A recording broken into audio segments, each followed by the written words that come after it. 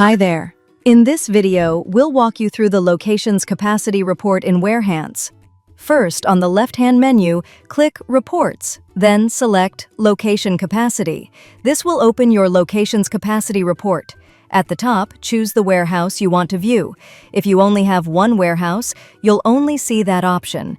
You can also filter by pickable or non-pickable locations and by location type. The overall location utilization chart gives you a quick snapshot of your warehouse space.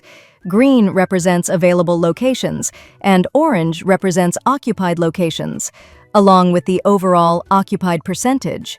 To the right, you'll see key metrics including total locations, available locations, occupied locations, occupied percentage, available capacity percentage, and location types count below. The capacity utilization by location type bar chart breaks down occupancy for each location type. You can sort this list, for example, by occupied percentage and alphabetically. Underneath, you'll find the block chart view. Each block represents a location type showing the name of the location type, the total number of locations of that type, the percentage occupied. You can hover over it to get more detailed information. The color shading makes it easy to see occupancy at a glance. Green means more availability, orange means moderate occupancy, and red means high occupancy.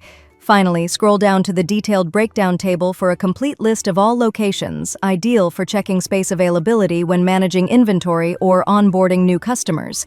And that's it. You now know how to access and navigate the locations capacity report in Warehance to get a clear picture of your warehouse utilization.